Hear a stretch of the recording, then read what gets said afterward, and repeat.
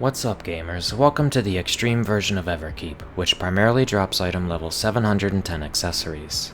Please like, comment, and subscribe to help me out with the algorithm if you find this guide helpful, and share it with others as you please.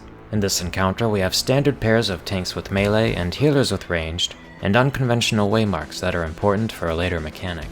Actualize is a raid-wide AoE that is cast frequently throughout the fight at the beginning of phases. Multidirectional Divide will drop a cross telegraph on the arena that will grow some extra branches. The initial cross is a double-wide column, while the remaining branches telegraph narrower column AoEs. This will be layered with either forward half or backward half. Forward half will have Zoraal jump to the front of his target ring, turning 180 degrees in the process, and executing two simultaneous cleaves, one towards the back of his hitbox, and one with the glowing sword. Backward half will have Zoraal jump to the back of his target ring, turning 360 degrees in the process, and likewise executing two cleaves, this time towards the front of his target ring, and on the glowing sword side. The TLDR is that you want to be in front, on the glowing sword side, for forward half, or behind and opposite the glowing sword side, on backward half. Following this, the raid repositions behind Zoraal with the tanks in front. Zoraal will cast another Multidirectional Divide, this time followed by Regicidal Rage, spawning two Tank Buster Tethers that the tank should grab and take off to the left and right away from the raid. Alternatively, the raid can remain stacked in the original safe spot for this, but your melees may complain about their positionals. Zoraal will next cast Dawn of an Age, transforming the arena, dealing raid-wide damage, and beginning the second phase. 4 copies of the arena appear on the outside, and Zoraal will place swords onto these with Vollok.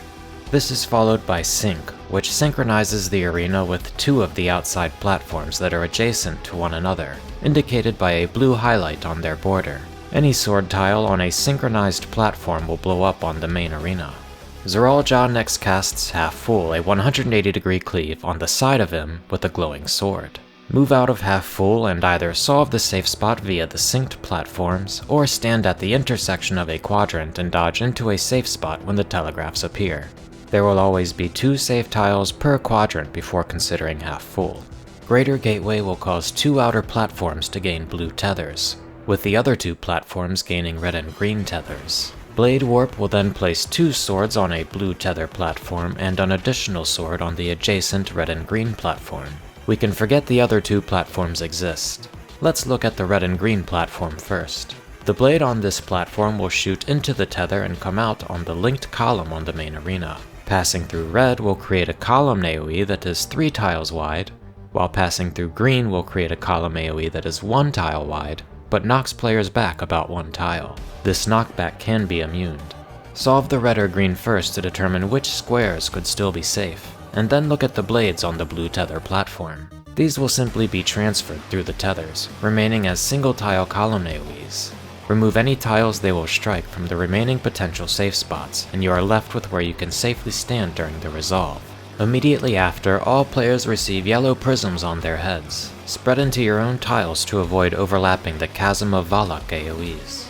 Zoraal will cast Actualize to restore the arena, dealing raid damage and initiating the 3rd phase.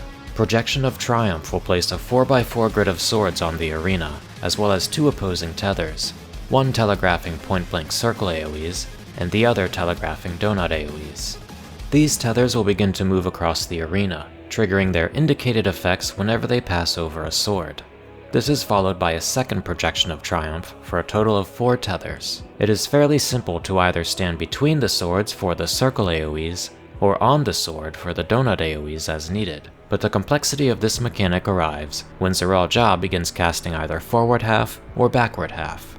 This is probably the most challenging part of the fight, and is a matter of practice, but you have about 3 seconds between when the tethers proc and when the half resolves to get to the half safe spot, and then 2 seconds more to adjust before the next tether proc. Getting hit by only one of the various AoEs going off is survivable, and even if a few people die here, this is a very recoverable moment in the fight. Zoraal will cast another Actualize and the blades will fade, followed by Projection of Turmoil, giving all raid members a projection debuff and spawning another traveling tether at the north tip of the arena. This tether will travel south and, as it passes over party members with projection, it will trigger a stack AoE that inflicts a 2-second vuln.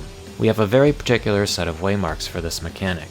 The tanks go to the 2 northmost waymarks, with the melee on the next 2 waymarks to the south, followed by the healers on the next 2 waymarks, and then the ranged on the final 2 waymarks.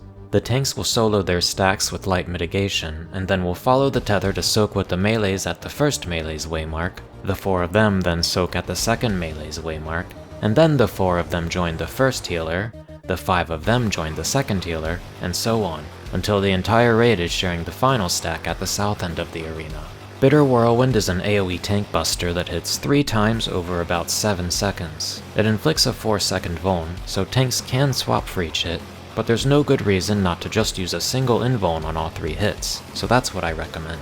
Zoraal will cast his second Dawn of an Age, dealing raid damage, transforming the arena, and beginning the 4th phase. This time only 1 additional platform will appear, and we will consider this relative north and arrange into pairs with ranged on the outside and melee on the inside. 1 role will be targeted with enumerations that must be shared by 2 players. When these enumerations resolve, the targets will be knocked up into the air, and their partners will be knocked up and away from their partner, so these players should aim to get knocked onto the second platform, leaving us with 1 roll on the original platform and the other roll on the new platform.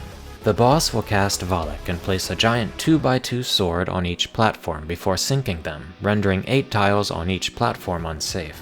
Players should spread in the remaining 4 tiles closest to the boss, with the melee in the closer 2 tiles and the ranged in the farther 2 tiles. During the Aero III cast, the entire raid is targeted with yellow Chasm of Vollok prisms, and these will safely resolve if everyone is positioned properly. As the prisms resolved, Aero III has placed a tornado on each platform. Walking into this tornado will knock players up in the same manner the enumerations did, so be sure to aim and don't run too deep into the tornado when you need to cross to the other platform. Additionally, using the tornado gives wind resistance down, so players can only survive using a tornado once. Zoraal will cast either forward or backward half, so one of the rolls will need to use the tornado to reach the safe spot on the opposite platform. This is followed by Duty's Edge, a 4-hit stack AoE that inflicts a stacking magic vulnerability up. After Duty's Edge, the boss casts Burning Chains, tethering all DPS to a support.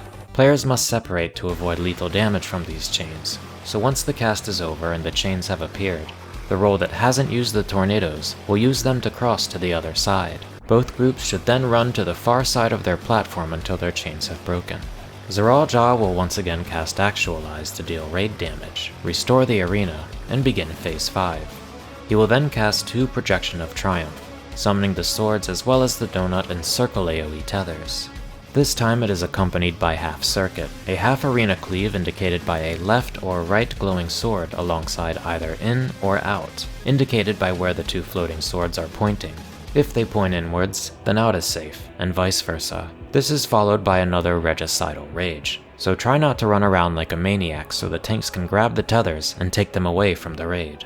This is followed by another set of Projection of Turmoil stacks, which we resolve in the exact same way. The only twist here is that Zoraal will cast half-full 180-degree left or right cleaves periodically, as the tether travels from north to south. This is followed by another Bitter Whirlwind tank buster, so the second tank will want to use their invuln on this one. Next will be another Dawn of an Age raid-wide, beginning Phase 6 and transforming the arena, once again with 4 additional platforms. Zoraal will once again place swords with Vollok before sinking 2 outer platforms. Shortly after the swords resolve, players will be struck with Chasm of Vollok, followed by another Duty's Edge. Greater Gateway will execute just as it did during the first Dawn of an Age, and Actualize will deal raid damage and restore the arena to begin the final phase, during which Zoraal will repeat the first Multidirectional Divide before enraging.